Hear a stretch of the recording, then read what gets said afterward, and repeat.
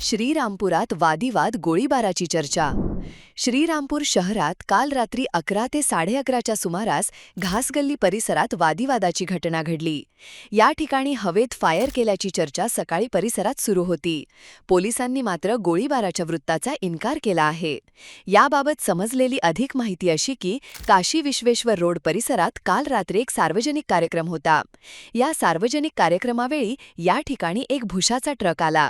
कार्यक्रमाच्या ठिकाणाहून जाणाऱ्या या ट्रकमुळे वादाची ठिणगी पडली आणि तेथे भांडण सुरू झाले. सदर वादीवाद करणारे हे तेथे जवळच असणाऱ्या घराच्या परिसरात गेल्याने तेथे पुन्हा वाद झाला. या ठिकाणी असलेल्या काही मोटारसायकलची तोडफोडही करण्यात आल्याचे विश्वसनीयरित्या समजते. यावेळी एकाने आपल्या जवळील गावठी कट्टा काढून हवेत फायर केला. तसेच एका मोटारसायकलवरही फायर केल्याची चर्चा सकाळी परिसरात सुरू होती. याबाबत श्रीरामपूर शहर पोलीस स्टेशनचे पीआय नितीन देशमुख यांच्याशी संपर्क साधला असता रात्री त्या ठिकाणी वाद झाला होता.